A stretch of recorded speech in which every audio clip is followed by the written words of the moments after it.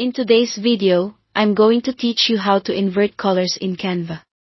If you've ever wanted that striking negative look for a photo, or you're aiming for a bold graphic effect without leaving Canva, this walkthrough will show you exactly how to do it, 2 ways. Start by opening Canva and heading to your design. Once your design is open, click to select the image you want to transform. With the image selected, look to the top toolbar and choose Edit Photo, or Edit Image depending on what your Canva layout shows.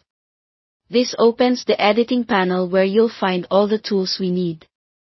First, let's create a true inverted, negative style look using duotone. In the editing panel, go to the filter section and choose the duotone filter. Duotone remaps the darkest and lightest parts of your image to 2 colors, which makes it perfect for a clean invert effect. You can start with any preset just to get into the tool, or go straight to custom. Now set the shadows color to white, and the highlights color to black. This flips the luminance mapping, turning dark areas light and light areas dark, producing that classic negative image. If your image looks too harsh at first glance, remember that this method is intentionally bold. The key is that shadows equals white and highlights equals black for the inversion. If you prefer a more nuanced, stylistic inversion, you can do it manually with adjustments. Head over to the Adjust tab in the same editing panel. Here, you'll use 3 core sliders: brightness, contrast, and saturation.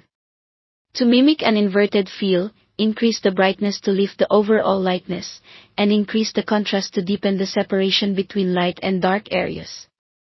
Then reduce the saturation to pull the colors back, which helps the effect read as an inverse rather than just a brighter, punchier image.